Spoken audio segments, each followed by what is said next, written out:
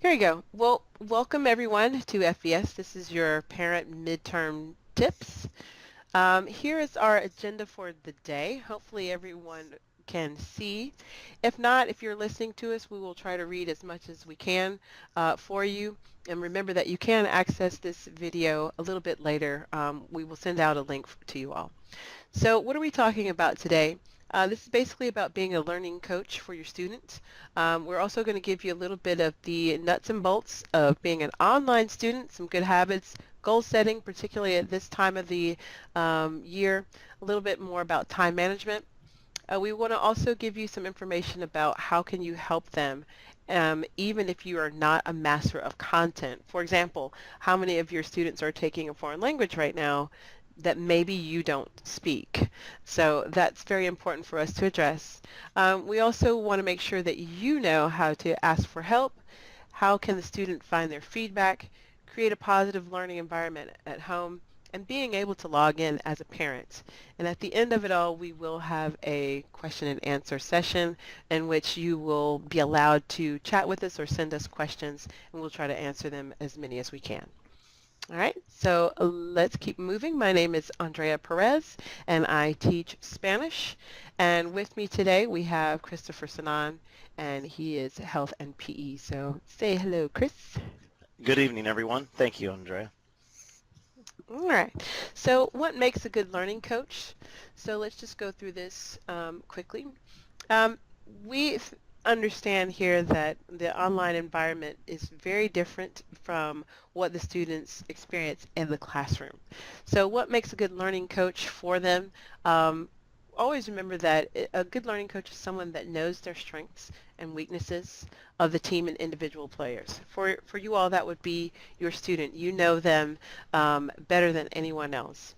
All right, so being a good learning coach might mean that you also help them stay clear of their goals, and you're going to remind them all the time that, today, did you log in? Are you going to log in tomorrow? Don't forget to work extra on the weekends. The good learning coach is also very skillful and resourceful, and they know how to get things done. So whatever you need to do in order to help your student excel and move forward and keep going with the course, especially right now, the Thanksgiving holiday will be coming up pretty soon. It'll be Halloween not too long from now. So your students will be all over the place as they get ready for that December 15th deadline that we have. So making sure that you understand how to keep moving them forward, keep them motivated and dedicated to the cause no matter what. And that's what we want to see from you, and that's how you can help them the most. Basically, what makes a good learning coach? That you're skillful, you're willful, and wise. You're going to give them that no excuses approach to help them reach their goal, and you're ready to win even with the odds against them. So let's say your student needs to finish an entire semester in a short amount of time. Then they need someone that is constantly going to be there for them and help them know that this is the reason why you're doing this. Remind them of their why. You can be the biggest cheerleader for them, but also their harshest critic. And that's something that we definitely need on our side, because you are our eyes and ears at home, and we are here behind the screen. Even though we go out and visit them and have short talks with them, call them on the phone, but you, the parent, the learning coach, you're there no matter what. And as I like to make reference to our lovely little picture here, you can see that the field is flooded, but the coach is still like, we still have practice. So no excuses there. What can you do at home? Well, help your student create an action plan, and don't forget to include the course end date in it. All of their courses will be ending December the 15th, so they have a little bit more than 7 weeks left, so about 7 to 8 if you count Thanksgiving week holiday, when in that time their calendar does not necessarily move forward, but they are expected to do some work so that they can finish on time, especially if they're behind. We definitely want them to use that time to catch up. So create an action plan with them together, and don't forget to include that course course end date, December 15th. Be sure you write that down. If a student does not have the goal in mind, the action plan, and they don't have a coach, they will always make the worst decisions. So just be sure that you are having that conversation with your student. If you know when the end date is, the student will know. Keep reminding them. Step 2, stay curious about their online work and ask them questions about it. It doesn't have to be every day, but at least once a week, ask them, hey, what lesson are you on? Know what lesson they need to end on and where they are at the moment. And if you ask them, or if you're kind of making them log in so they can see, so they can give you the answer. And we really need that, your help and your assistance in making sure that they're logging in consistently every day, every other day, and getting the work done. So please help us by staying curious about their online work. Don't forget to ask them about their grades, any progress or feedback that they may be getting. Ask them, have they seen the emails that the teacher has been sending? Keep in mind, for some of you that have students that are taking more than one class, this is an email online environment, so you're going to get lots of emails, which might be difficult to control. So I highly recommend that either you make folders for each teacher, or just be sure that you have some way of knowing if you've checked all of your messages. Ask your student, do they know how to contact their teacher? Do they know where to go for help? Have they seen their daily calendar? If you ask them these questions because you want to know, they will have to go and hunt down the information, and then they will know it as well. So just don't forget that those good learning coaches, they always question, what are you doing? Why are you doing it? Now, we're not saying breathe down their neck, but just make sure that they're always on top of things. We don't want them to miss any opportunities. Step 3, help them learn how to manage their time, especially now. If they're very behind on course, you want to make sure that they've created an action plan so that their course can seem doable. We don't want to get them overwhelmed. Remember that working online is challenging. It can be quite overwhelming. They may even feel lost or isolated because no one else is there in the room with them to help guide them with those daily questions.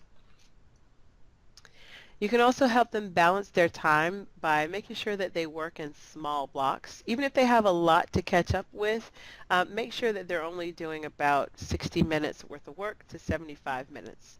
Then encourage them to take a break. So their calendar or their work habit looks a lot like rest and play, work a little every day. They can give you more on the weekend based on what the things that they have to do, but during the week, make sure that they're getting at least 1 hour in at school if they're taking it at school. If they're only doing it at home, make sure they get their 60 minutes in, and you can even push them just a little bit more so they just don't get too overwhelmed. Be sure that they take a break. A possible schedule might look like on the weekend for them to work, say, 9 a.m. to 11 a.m. Take a break, work again from 2 to 4, take another break, work again from 7 to 9. If they did that on both Saturday and Sunday, they could possibly gain 12 hours in their course. It could definitely propel them way over where they need to be. So if they have that kind of time, great. If not, break it down, make it a little smaller. Just have them utilize extra time if they need to catch up. And I highly encourage you to encourage them to finish their course early if they can as well. Step 4, make sure that they establish good working habits. That is one thing that we definitely want them to be aware of, is making sure that they get that consistency with logging in, get that quality work submitted. Make sure they're just not rushing through things and just trying to finish, but make sure they actually give good answers. Make sure they are reading their feedback and emails, which we talked about. And don't forget, just because it's an online course doesn't mean that they can't take notes or use resources. A lot of times we're confused about what it means to be online, have some work they're trying to complete, yet they're also looking in, say, a dictionary, or they're looking in another book for resource, or they have another web page open. That is fine in many cases. Just make sure that you're aware of them completing their own original work and making sure that they're not using resources when they shouldn't be. For example, when test time comes. And you'll only know this by asking them questions and paying attention to what they're doing. So with that said, hopefully everyone comes out on top and everybody is making an A in the course. That would be ideal, but we know there can be some ups and downs. So just as long as you're on top of it and reminding them, everything should go very smoothly. So just kind of sum up what we said here. Learning coach, make sure you know their strengths and weaknesses. Make sure that you stay clear on the goals and you remind them all the time. You are skillful and resourceful. You know how to get things done, so teach them that as well. Make sure they're staying motivated and dedicated to the cause no matter what. The steps that we talked about were, one, as soon as we get off the call, make sure you create an action plan with them to finish the course by December the 15th.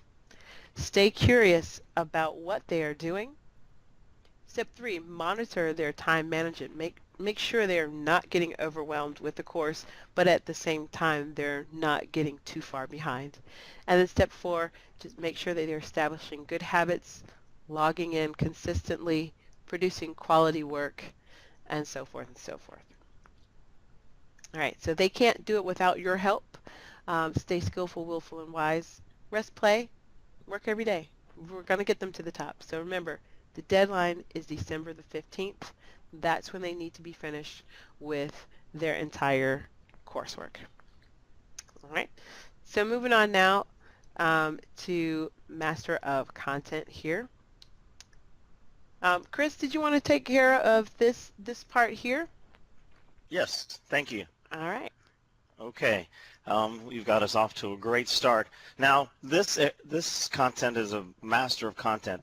Sounds kind of strange, but again, welcome. My name is Chris Sanan, and Andrea teaches Spanish, and I'm the lead teacher for our health and physical education classes.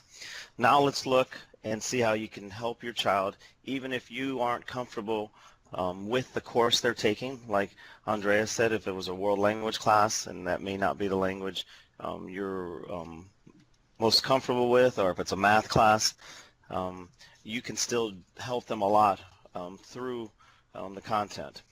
First tip is encourage your student to take notes. I know that sounds very basic, but there's a preconception online once they get started in our courses, in some of our courses, because our courses are in different programs, 3 different programs, world languages, a bulk of our courses are in Edgenuity, and then we have some that we've curated ourselves that are in Blackboard. So for most of the courses that we offer, there's a lot of videos, there's a lot of practice. They get used to the videos, but taking notes, your student, like I said, will be watching videos of lectures, completing practice activities, learning new vocabulary, along with other ways to demonstrate their knowledge. Students seem to like watching the videos because digital content surrounds them through the devices in and out of school. But in order to learn the content, students still, like we did back in the old days, hopefully not too old days, students still need to take good notes, either on paper, which is highly recommended, with just keeping a notebook for each class, or in the site itself, in Edgenuity, they can use a function called eNotes. This function is accessed on the screen by clicking the plus mark on the screen to the right of the content, and then it allows them to type in their notes as they're watching the what we call direct instruction through the videos. That's how they would get their instruction, similar to a face-to-face class, but from the videos.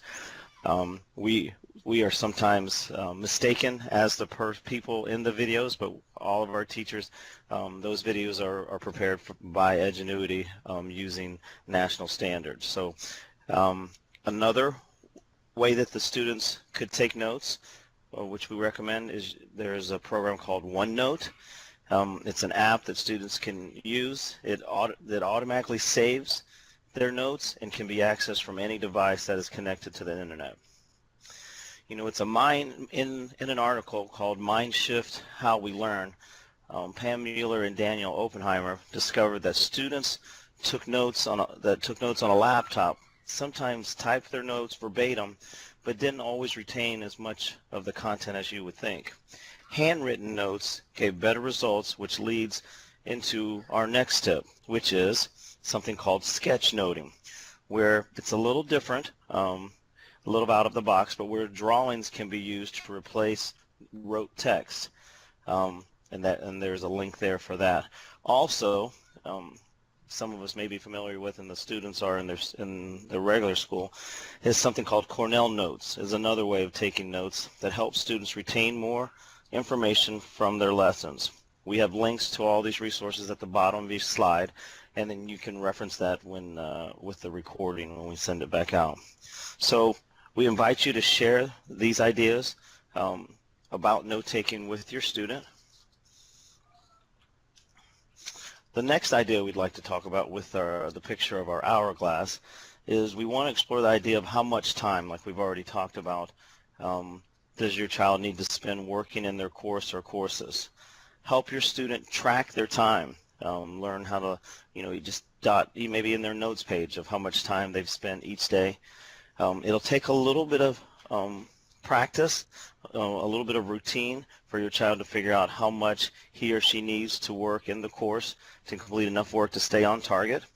Edgenuity by design splits up all the lessons, including the final exam, and puts it across all working days. So it takes out weekends, which the courses are available 24/7, but as far as how the coursework of your student is tracked to stay on target, we split all of that across all weekdays. We take out holidays up until, like we said, December 15th. So if a student is tracking behind, that just lets you know that you got to do a little more work either at night or on the weekends to catch up to get on target. But also the other side of that that Andrea mentioned was that it also allows the students to work ahead and finish early. Edgenuity takes that time and then gives you that data every time they log in. Students are expected to stay on target so that they can finish the course by December 15th. In the event that your child works more and gets ahead of that target, they'll see a green on their dashboard, and that's something we'd like our students to know, is to stay in the green. Questions you could ask are you on your target, or where are you on the target of your course, or how much work did you get done today? These questions can help your student know the importance of time and staying on target, kind of a running gauge of their work. Working from behind doesn't always give the best results because the students will, like Andrea said, if you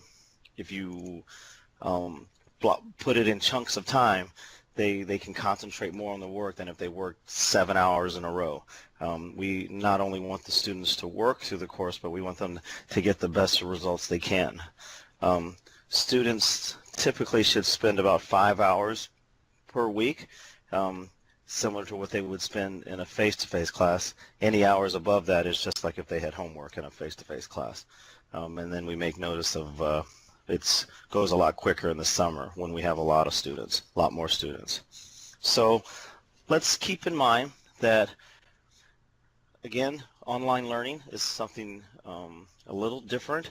There are some preconceptions in this regard, preconceptions to how hard a course can be. Edgenuity, questions, and content, and all of our content are advanced and challenging. There's that myth, like I said, that online courses are easier and students do not have to work as hard as opposed to if they were in a traditional school setting. We've found through experience that our courses require students to recall and reason their way through all their lessons.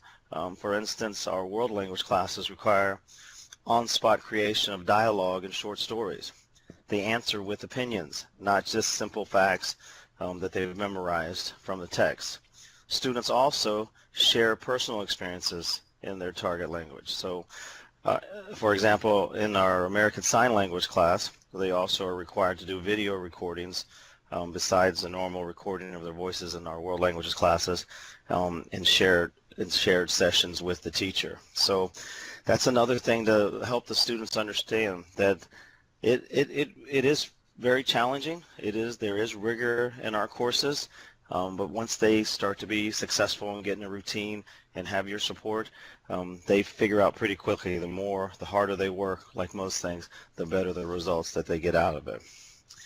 So let's move on. That's our little spiel about master of the content. You can support your student regardless of what course they're taking. We want to now take a little turn and talk about the learning environment that the child should have working at, which you can control is at home, because some students, there is a split throughout the district, but some students are working in a lab at school, but some students are working more at home, whether they go to school late or come home early. We want to make sure, of course, that is a positive learning environment. Sorry about the phone ringing in the back. Here are some recommendations that we have. If possible, set up a specific place for your child to work on their online coursework. Good lighting is a must. You'll notice if you go in some schools now, you'll see dimmer lights, softer lights, they say. To me, it looks a little darker in the rooms, but research shows that these dimmer, more natural lighting helps students to be more relaxed and more productive. Set up their materials or things that they're working with in that particular room, so that it's easy for them to reach for a notebook or a pen, or whatever they need, so that they're not finding themselves getting up and down during their work. They're able to concentrate on their screen. There can be many distractions for all of us at home, so keeping those distractions to a minimum is a plus. We have to understand, I hear a lot of times parents, and myself too, say, well, I see them on the computer a lot. Just kind of looking around the corner, seeing what they're working on, making sure that they have just the course up, because there's always other things that they can pop in to watch. So if possible, working in a room like a place like a kitchen table or in a spare room or an office would be good. It would help set the tone that this is the area where the student works, keeping that separate from their bedroom where they work and they rest, keeping those parameters separate. It's easy to get distracted in a room where they normally are sleeping or talking on the phone with their friends. So keeping one specific area if possible in how your living area is split up. If you can have one specific area, even if it's just a corner of a table, that's where you can be around them. They know that's where they work. That's usually what we've heard from parents and students, usually the best way to do that. Another type of distraction are those digital device distractions in our lives. Make sure, of course, TVs are turned off. I know a lot of students these days they may not watch a television, they're watching on their screen. Video games and other technology. And obviously their phones are always pretty close by to them. We recommend muting those phones. I know that can be a lot to ask for, but understanding that during work time, this is when you work, and when, like Ms. Perez said, and when it's break time, then they can do those things. You may also want to think about downloading different apps that allow you to put parental controls, such as limiting the time that can be spent in a particular website or completely blocking some sites like Instagram. And finally, the last suggestion in regards to digital devices, you may want to set specific times that your child could use the devices for non-academic purposes. This can sometimes serve as a carrot to entice the student to work hard during coursework designated time to get to the time when they can be on their other devices for non-academic reasons. Just a way to create more time structure for your child, since now he or she has to complete their work online. They're independent learners. They're in control of their learning, of the time that they spend. So they need the help with those habits to be successful. And here are some of the in the recording you can take a look at these, but here are just a few of the time apps that you may want to take a look at. We'll be sending a link again, like we said, of a recording. So if you don't, if you don't take a picture of this right away, you can see. And finally, things to avoid when possible. Make sure not to create a space in which you cannot easily see what your child's doing on their device or their screen. Also, don't feel like you have to spend anything on the learning space. You don't have to go outside your budget and buy, a certain lap desk or a certain kind of lighting. Things you have at home. Just keep it simple and clean.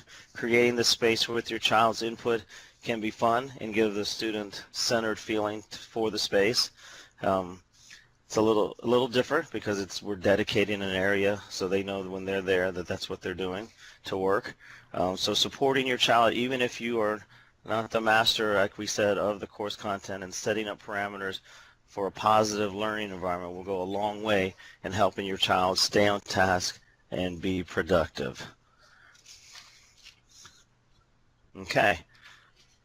Great. Fantastic. Thank you, Chris. That was a lot of information that, I hope that all of our parents will take into consideration as we move through the second half of this school semester. Remember, the students have about 8 weeks, give or take, left before the deadline of December the 15th. So you want to make sure that they have been successful and they are moving forward with their progress, and that they are on track to finishing the course on time. All right, so let's move on now with monitoring some of that progress. Just in case you didn't know, I wanted to make sure that everyone has access to the parent portal. Now, this only works if your student's course is based in Edgenuity. Some of you have courses in Blackboard, such as American Sign Language. I know that Spanish 4 is also in Blackboard, and maybe even some math or health and PE. But many of the other courses are in Edgenuity, housed in Edgenuity. So if that is the case for you, then make sure that you ask the teacher to please give you access to the parent portal. The teacher will send you a particular code if you don't already have it, and with that you can log in and check your student's progress. So it will show you how to log in. It will give you the activity log, scores, and feedback. If you are looking in Genius, and this goes for everyone, it will tell you how many activities the student has actually completed, but actually just not for your world language courses, because it will say they only have one activity. But for the other courses, you will see that they've done 60 out of 200, or they've done 100 out of 105. Whatever it might be, you can check and see that. So just so that you also know that many times the parent email is connected to the student account. So I want you to be very aware that if you are checking your emails and you see that your email address is in the To section and your student email is in the CC section, then the student is not always receiving the email from the student when they don't copy the parent. So you want to make sure that you double check that. So I highly recommend that you check your emails and make sure that your student is also getting the email if they have an email address. For our younger students, we do have students in middle school and elementary. That might not be the case because they don't have an email address. But in the cases where the student, or the instances where the student does, please make sure that that gets solved. And then just to know, just for us to have a little bit of peace of mind, knowing that you're also watching and reading your emails, respond to us every few days. So if you see something, you've seen the teacher emailing 2 or 3 times a week, great. At the end of the week, just send us a little message like, hey, thanks for your emails. Or maybe ask a question about what's coming up for the next week. That way we know that our emails aren't going out into cyberspace. And if you're not getting emails, on the flip side of that, be sure to contact the teacher. You should be receiving at least 1 to 2 emails per week letting you know this is week 7, this is week 8, this is week 9, or at least letting you know what's coming up for the rest of the week. So just be sure that you're reading your emails and checking on that. And like I said, this is only for the students who have courses that are based in Edgenuity. If your student's course is based in Blackboard, then you will not have access to this type of item called the parent portal. You would have to go directly to the teacher and ask them to send you an update. And you want to just make sure that you can access that, or you can ask the teacher for that. Moving on to some ideas about troubleshooting. Common issues, maybe some of us are not tech support. Make sure that you can check the FVS website. Once you get the PowerPoint version of this or the PDF version of this, you can click the links that are there. You can also subscribe to the status on edgenuity.com, and that will let you know if something is happening with the website where it goes down and you can't access it. And also, if you run into an error or a mistake, if you run into an error or something that's not working, then you can check the FVS YouTube channel. And we have posted a lot of videos there that can also walk you through some common troubleshooting issues. So, and that also includes on how to check different places for messages. So just be sure that you get a chance when you download the PDF file that goes along with this video and webinar that you click on the information for the FVS website, the Edgenuity status page, and also the FVS YouTube channel. So hopefully that helps out, because at this time of the year, if a student is still having tech problems, we really need to get that solved so they can move forward and finish on time December the 15th. Don't forget that. And asking for help as we move through this. How do I ask my student's teacher for help? Basically, there are multiple means of communication that you have for us that you wouldn't necessarily have if they were in the classroom. It is acceptable in an online classroom environment for your student, your child, to send a text message to the teacher to ask them a quick question that they can get solved right away. They can give us a phone call, send regular mail. You can send Edgenuity mail to the courses that are housed in Edgenuity, except for world languages, as the world language teacher does not get that update through Edgenuity for some reason. There's also Genius messaging straight through when you first log in. You can also send an email that way.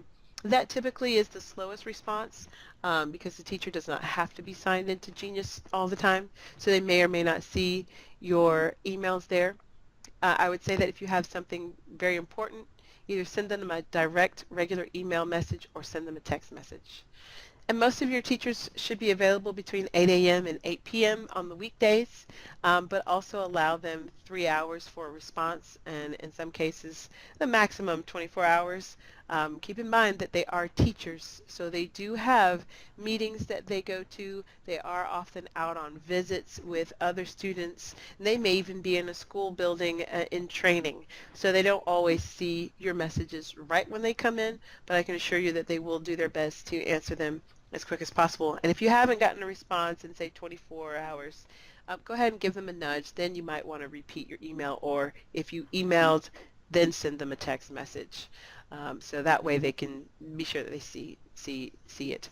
Remember that for us, reaching out in this manner, like texting, is how you raise your hand in an online classroom. So don't be afraid to ask for help. That would probably be the one thing that we need to make very clear, that if you're in the classroom, you can easily raise your hand, the teacher walks over and shows you what's going on. But on the online environment, we need some sort of prompt that lets us know that you're having an issue or that you have a question. So text us, call us, send us an email, and we'll get back to you as soon as possible. All right, so here we are for our moment of Q&A. What Chris and I are going to do at this moment is we're going to open up the chat window. So if you can see there in probably the left-hand side of your screen, Um, the chat window should come available in just a moment here. If you have any questions, just simply type it there to us. So let's see. Chris, if you can see the chat window there, you can go ahead and begin to type. Uh, so let's see. So if you have any questions, just feel free to type. Hopefully everyone can see what I just typed. So if you have any questions, just type them there, and we'll be monitoring that for the next minute or so. And while you all are thinking about what questions you have, um, I just want to take this time to say thank you for being here with us tonight. Hopefully this has been a lot of information that you can take back to your students and just help them be more successful or keep them on track if they already are way ahead of schedule. We do have the page here for you for all of the teachers, and you can see there all of the teachers and who teaches what. So let's see here, and we have a question here. Question, in case anybody's listening, is about looking at test scores and feedback. They can often see the same assignment with two different scores on the same date, but with one attempt each. Is that because of a reattempt of the same test? I can tell you that if it is for an Edgenuity course, particularly world languages, that would definitely be the reason. When a student asks for an unlock in world languages courses, that system records both attempts. However, it only counts the highest score. So if you see that they got, let's say, 50% on the first try, but then they got 88% on the second try, the course or the program will average in the 88%, but you will still be able to see the previous attempts. Yeah, Yeah. in Edgenuity, Mm-hmm. for any quiz or test that a student has, we do allow them to retake that. They do automatically have two chances to take a test. If they still aren't able to get over the threshold of 70%, they just ask they contact their teacher, and their teacher in many cases will give them resources, and because they can see where they miss questions, give them resources or give them a strategy to go back and review what material to review. And once that's been met, if they were given another activity before they take the test, so that we don't want to just have the students just keep retaking a test without doing something different. So the teacher will, once they've met those requirements needed, the teachers will can give the students a retake. And again, as Ms. Perez said, you'll see different scores, but the system automatically will average in the highest of those attempts. Mm-hmm. Exactly, that's exactly right. And if you're in Blackboard, it's typically a different scene there. The student will have 1, 2, or 3 attempts, and then if they ask for a retake on that, then the teacher will go back in and clear one of their attempts if they have maxed it out, and then that way the student can go back and take it. But every student, every teacher might have a different policy, so you definitely want to double check with the teacher to understand how they go about retaking that particular assignment. Okay, let's look. Another question is, when the student is ahead, why is the grade low?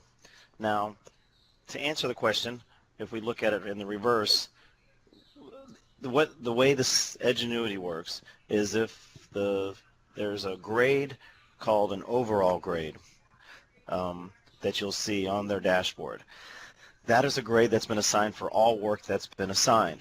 If they are on track or on their target or ahead, then that is their actual grade.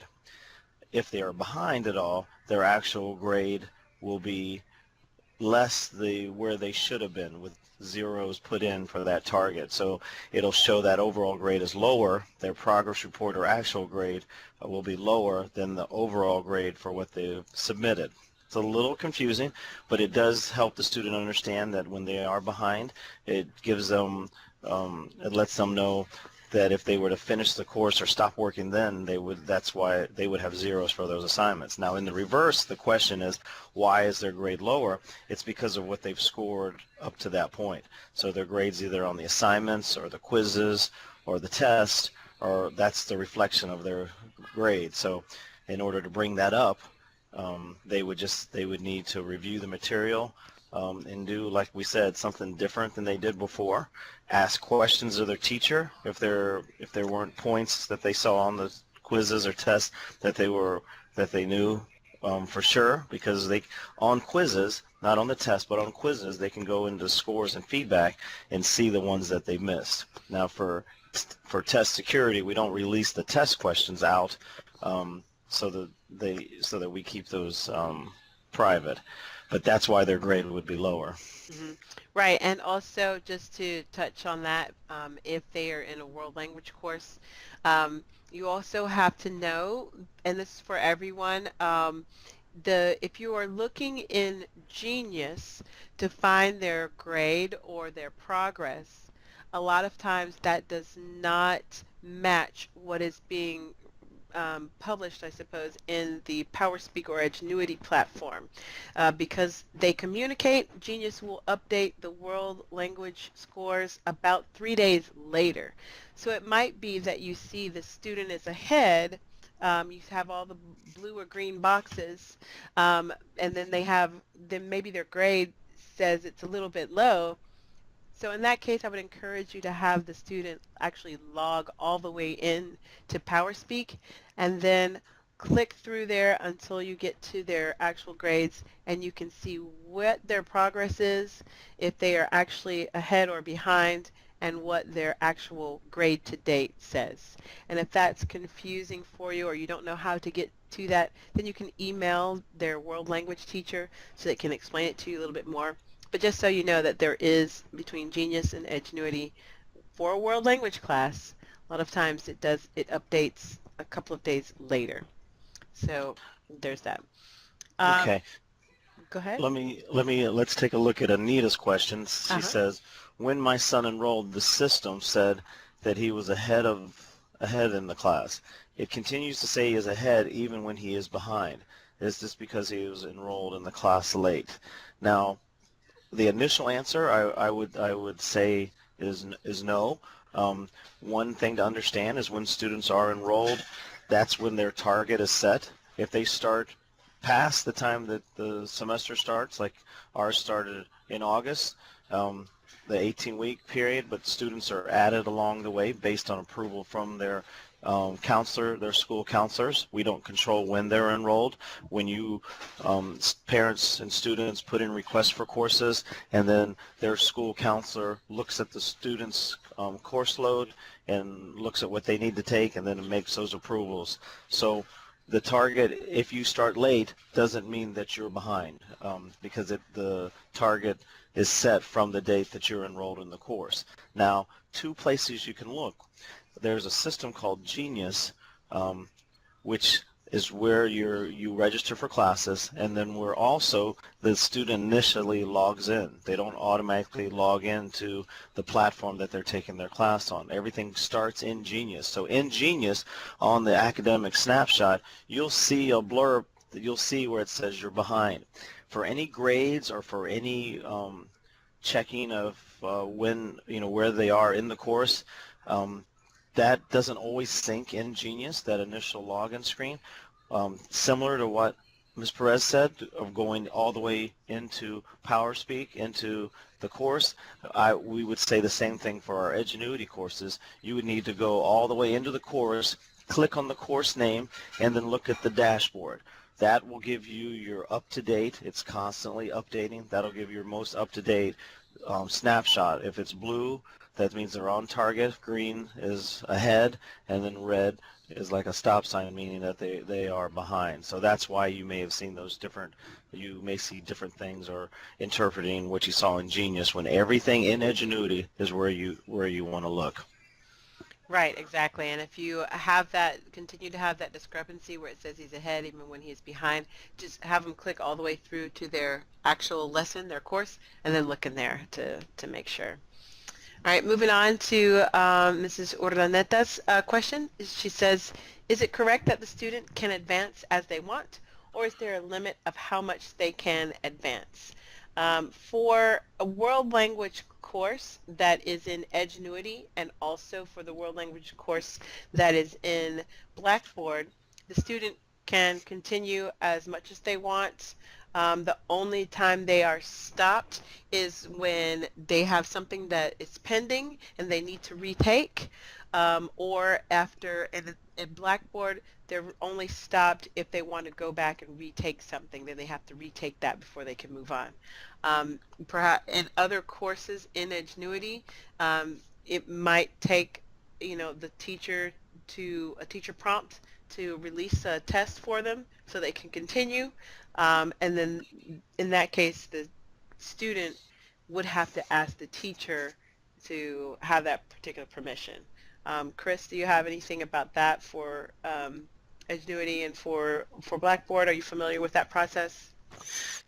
They can, in Blackboard, in some of the courses that we have in Blackboard, the depending on the teacher, sometimes the teacher controls the pace of the course depending on the content. They You can simply, if your student needs to move ahead from where they are in Blackboard, that just is something that they would request with the teacher if it wasn't already there. In Edgenuity, there is no limit as long as they are achieving the threshold of 70 or above. They can continue through the course at their own pace, so as quickly as they want. So there isn't any limit per se. Right. So next, looking at R. Howard's question, which is one that comes up a lot, so I appreciate you asking. It states online course and grades don't show up in home access. Is there any way to find out the curriculum and any major projects due and upcoming deadlines, or any missing work overdue? Now, the best way, as far as Edgenuity courses, nothing, when you look at the dashboard, the student dashboard, when they log in and they click on the course name, they see on the dashboard that they're in the red. That is a clear alert, or a red flag per se, that says that they are behind. They can go into, they can click and go into resources and look at the assignment calendar if you wanted to drill down further. In the assignment calendar, it shows gives you a list per week what assignments should be done. As far as the content, you can look, the student is logged in.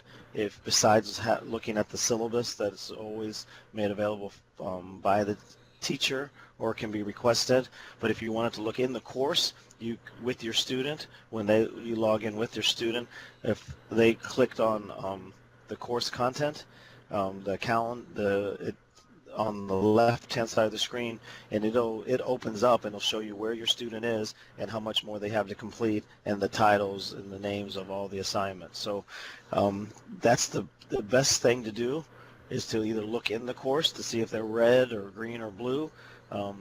We want to try to stay away from red when we can, but the best way to know for sure, if to interpret that data or interpret what's going on, is to reach out to the teacher.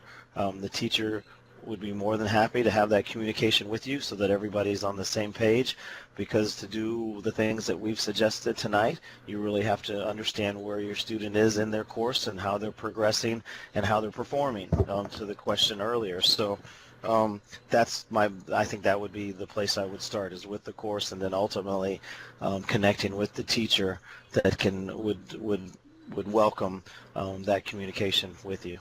Right, and just let me speak really quickly for the world language course. Any way to find out the curriculum and major projects due or upcoming deadlines.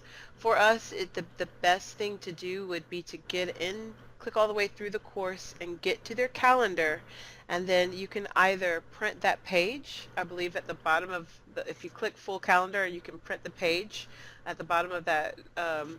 Once you do that, you'll see a link. I believe it says print or printable version. You could do that, or you could highlight everything and then copy paste it into a Word doc, and you can keep that as your reference. If you are in Blackboard on the world language courses, typically the teacher has posted every assignment that's coming up. So if the student clicks into there and looks at their calendar, you should be able to see everything that's coming up as well as the deadlines.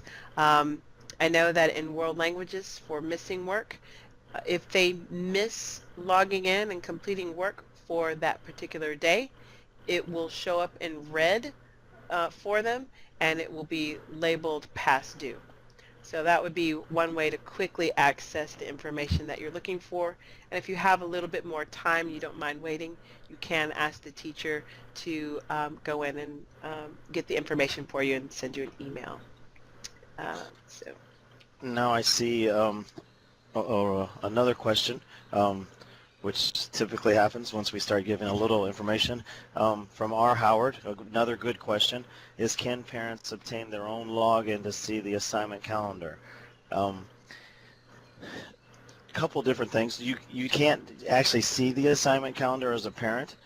You should be getting weekly progress reports. Um, if you're not getting those weekly progress reports, you can request that from the teacher, and they can make sure they have your email address, and those will be sent to you on a weekly basis, typically every Monday. They're sent. They're sent out from the system. But if you wanted access to the calendar, um, you could request that from the teacher, and they could copy and paste it into a Word doc if you wanted to drill down that much. But you could also ask for access to the parent portal. It's very simple. The teacher just has to verify your email address, and then they'll send you a code that lets you sign. It gives you a login, but doesn't give you a login to what the student sees, because they have access to their assignment calendar. It just gives you access to be able to see some progress report information whenever you log in. So short answer is, you don't have direct access to the assignment calendar, but if that is something that is important to you, the teacher definitely can work with you to help you get a better understanding of how much work should be completed each week by the student. Right, exactly. So you wouldn't have the student access if you're doing the parent portal for Edgenuity courses. Then you just kind of have a list of what they are taking and what their current grade is and where they are at the moment.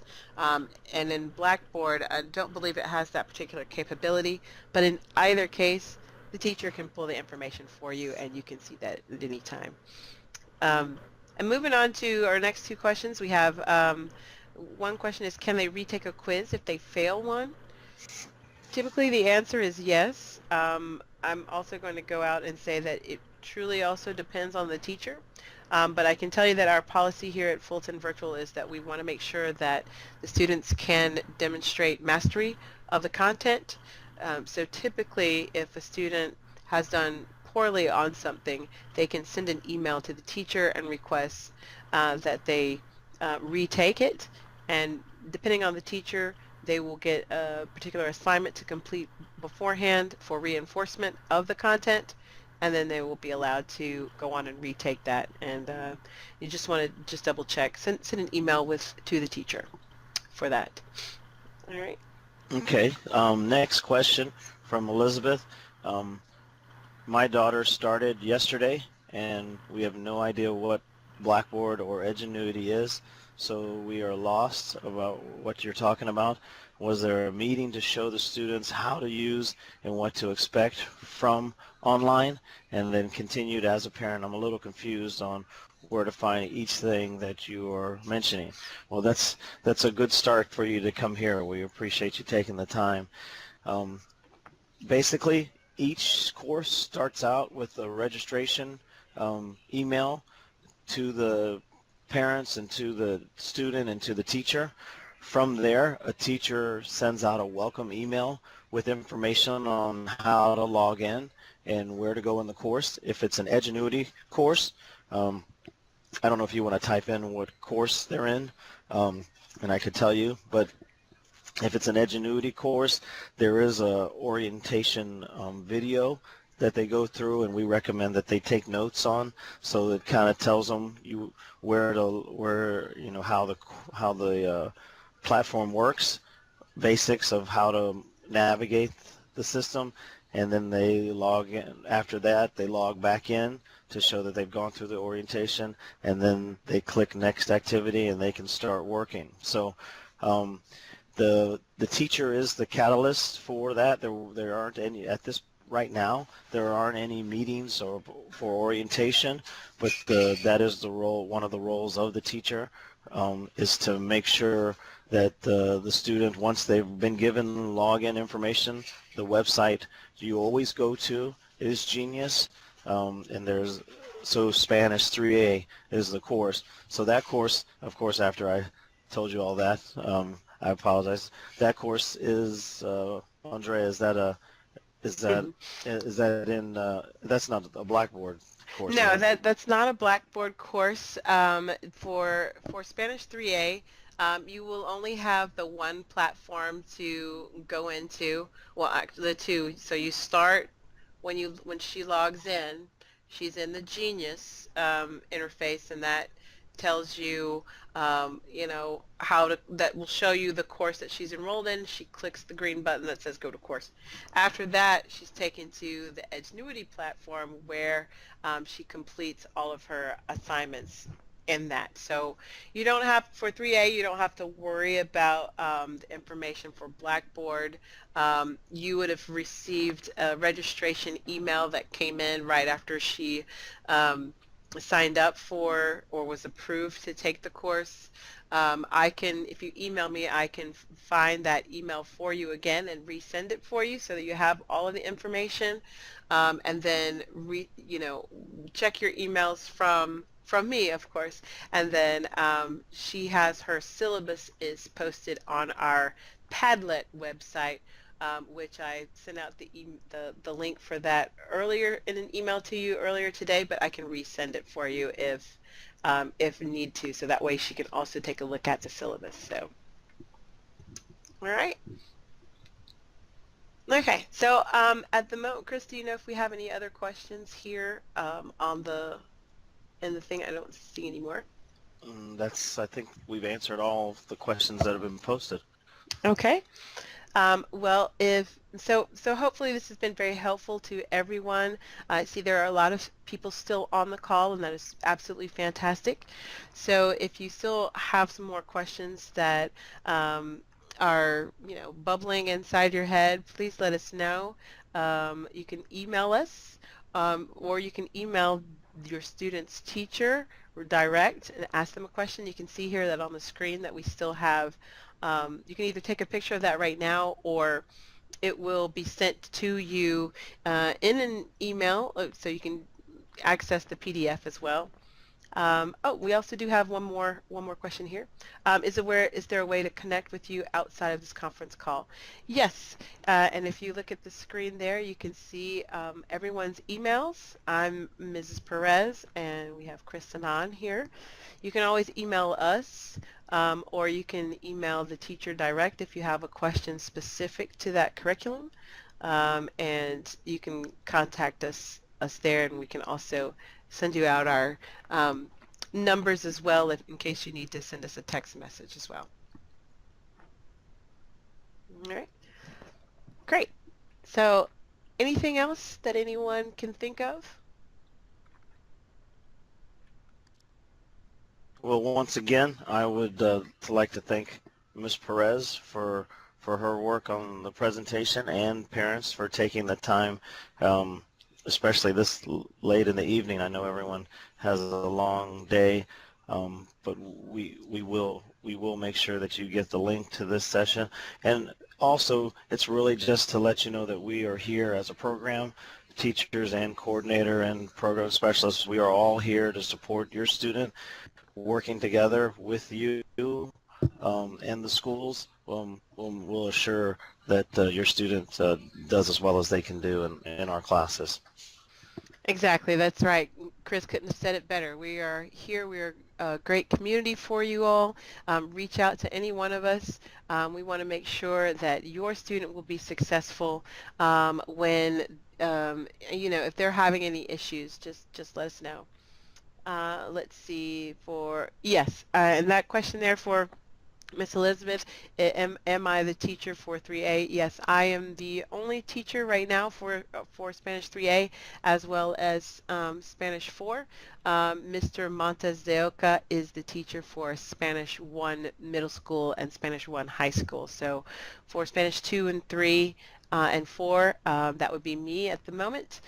So if you have any questions, you can just email me in a separate email, or you have my information, you can give me a call or text me. All right, so with that said, I will start to say goodbye to everyone. It's been a lovely night. We've got a lot of things that we answered for you, and you all have a lot of information to go back and look through. Well, you're very welcome. We will be sending out a link to this video as well as a PDF version of this so that you can click on all of the information and all the live active links that we had in there. So time to say goodnight. Adios. And we're here for you if you need us. Thanks a lot, everyone. Have a Thank, good night. thank you. Thank you, Chris.